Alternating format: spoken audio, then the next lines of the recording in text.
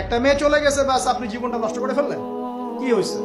আর এগুলো কিন্তু কোনো ভালোবাসা না, এগুলো হচ্ছে একটা আবেগ। এটার নাম কি ভাই? এটা জাস্ট একটা আবেগ।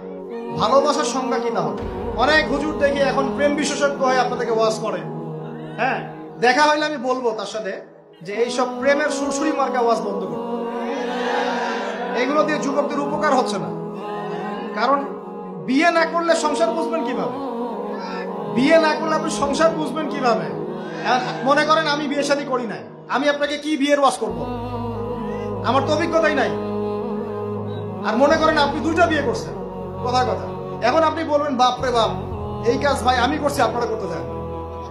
কারণ আপনার অভিজ্ঞতা হয়েছে, অভিজ্ঞতা থেকে মানুষ শেখে না। তো সুরসুরি মার্কা ওয়াজ দিয়ে কি মানুষকে শেখানো যাবে?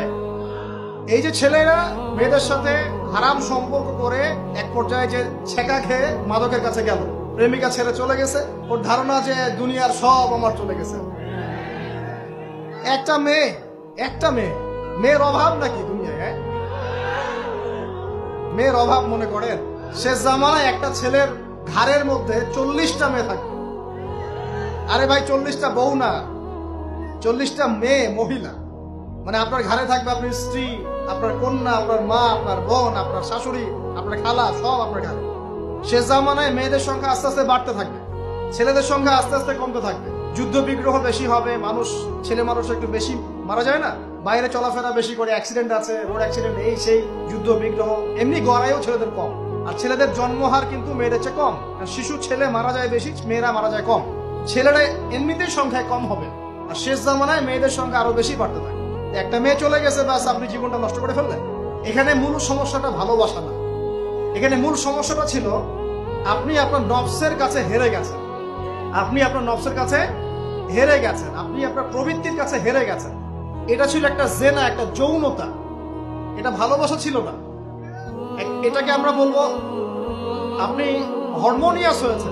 হরমোন আপনার শরীর থেকে যে থ্রো করে, এই হরমোনের ফলে আপনি একটা হরমোনিয়াস হয়েছে, দ্যাটস অল।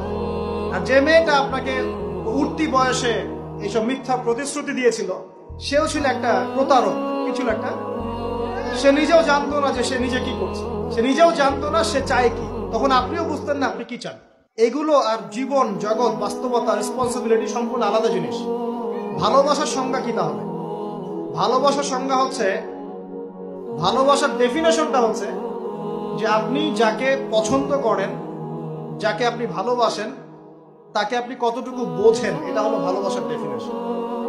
আপনি তাকে বোঝেন কিনা, আপনি তার স্বপ্নের পাশে অংশীদার হতে পারছেন কিনা, তার যে লাইফের অ্যাম্বিশন, এখানে আপনি তার পাশে সাথ দিতে পারছেন কিনা, তার হাত ধরে থাকতে পারছেন কিনা, সে হোঁচট খেলে আপনি তার পাশে থাকতে পারছেন কিনা, হ্যাঁ, সে খারাপ সময় পার করলে আপনি তাকে সাপোর্ট দিতে পারছেন কিনা, আপনি তাকে কনফিডেন্স দিচ্ছেন কিনা। এগুলো ভালোবাসা।